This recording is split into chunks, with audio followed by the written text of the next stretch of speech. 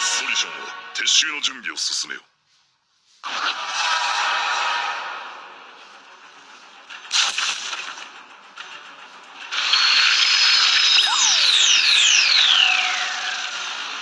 情報収集を行っているセバスはどうしている？本能を呼び覚まし、それを先導して我々を操っているようだ。そうか、分かった。何もないならば殲滅ということでよい。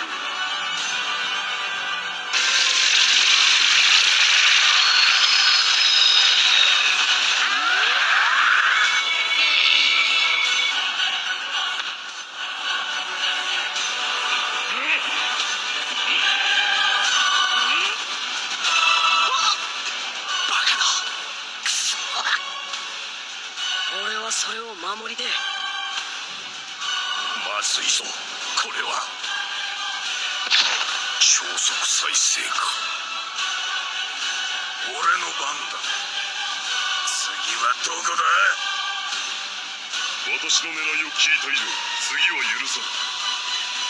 立つ鳥後を濁さず、効率的な戦略だ。私の体を傷つけることはできない。想定の範囲内だ。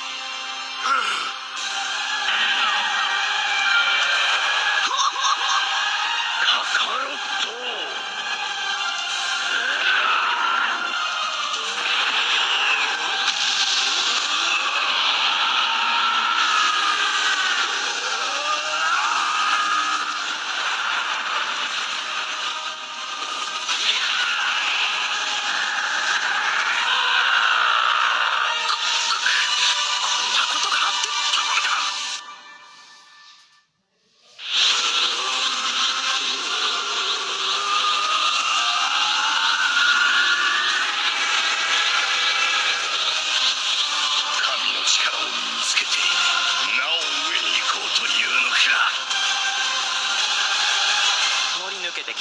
生まれた時空の歪みが時の指輪の力に反応して、しかし歪みは傷が治っていくように元の状態に戻ろうとしていたのです。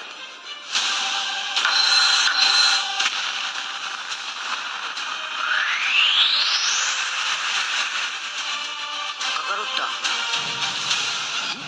何言ってんだ。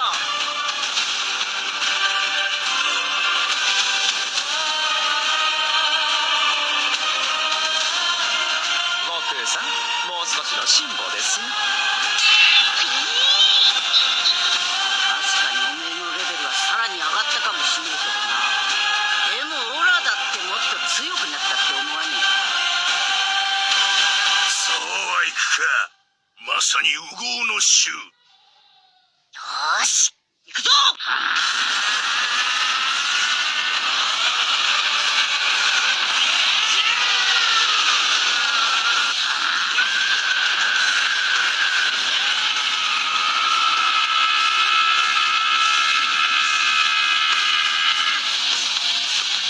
In the original script of Anime War, Omni Broly actually was supposed to come back in episode 8. Originally, Anime War was only supposed to have 10 episodes, but some episodes proved to be much more difficult than others, taking a lot longer to produce, and in the end, I actually had to skip some of the content from Anime War just so that I could actually finish this series. So that animation that you just watched was a little bit of what was supposed to happen in the original script. Basically, once all of the evil gods reconvene, which we saw from Anime War Episode 10, they were actually supposed to summon Broly before they fused. And the reason for this is because in the original script, they were supposed to need Saiyan blood in order for their fusion to work and break all of the limiters, becoming as strong as Zeno. That's why back in Goku vs. Saitama, which I later renamed the Invasion of Dark Goku explained that if he fused with Goku, they would be stronger than the Omni King. But what he was really trying to do was fuse with Goku, and then that fusion would actually fuse with the rest of the evil gods to become Archon.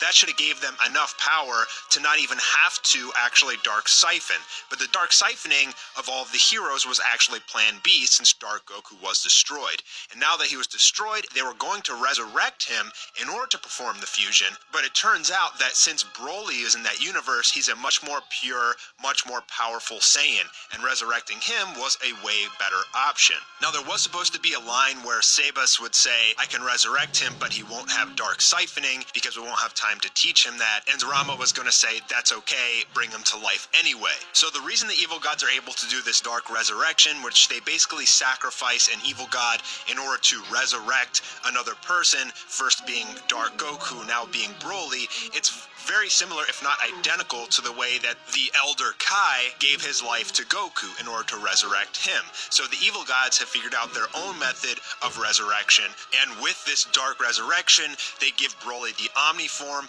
and the Patara earrings. Now, as we saw Whis resurrect Frieza in the final episode of Dragon Ball Super, Whis can resurrect anybody without having to sacrifice a life. So in that, he was going to resurrect Bardock, unlocking his potential and basically allowing him to go Omni form as well with 2 limiters. And so the fight was going to be Omni Broly with 1 limiter versus Goku and Bardock with 2 limiters, and Vegeta with his Royal Bloodline 1 limiter transformation. Now, because Broly wouldn't have the Dark Siphoning ability, everybody else was going to pitch in. It's particularly Beerus and Whis were going to fight a lot against Omni Broly. That's something that I really wanted to show you guys. I wanted to have more fighting with Whis, and that was supposed to be one part where he'd actually able to do a lot of hand-to-hand combat, since he wouldn't have to worry about Zerama or the other evil gods siphoning his god ki.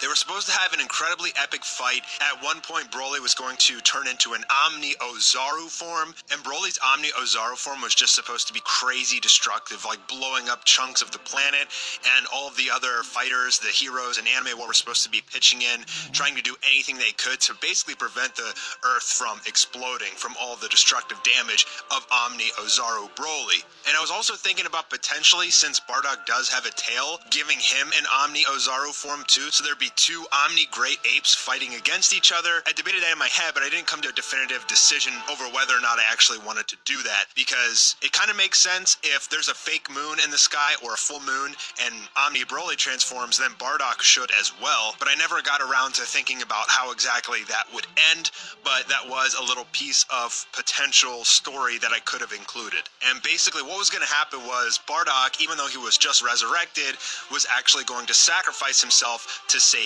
Goku, and in doing so, Goku would lose his mind and break his final limiter. Now, I'm sure you guys have seen my Goku reaches his highest form video, which has some of Anime War episode 13 in it, and that's because I had to change the script since I cut out this original part. Instead of Goku searching deep within himself and finding Bardock there, instead he was supposed to meet him in the real world. Bardock would sacrifice himself to save Goku. Goku would break his limiter and lose his mind, and then he and Vegeta would end up beating Broly. And that's when a beaten and battered Broly would take off his Patara earring with the rest of the evil gods and form Archon, which would basically start off at Anime War episode 11. Now, I started writing this script like 3 or 4 years ago. Basically, once I decided to make Goku vs. Saitama an entire series and leave it open-ended so I could eventually get into Anime War, I had the whole script planned out. And so back then, Broly was still a major fan favorite character. There was only one Broly. The movie wasn't revealed yet, or we didn't even know about a movie back then.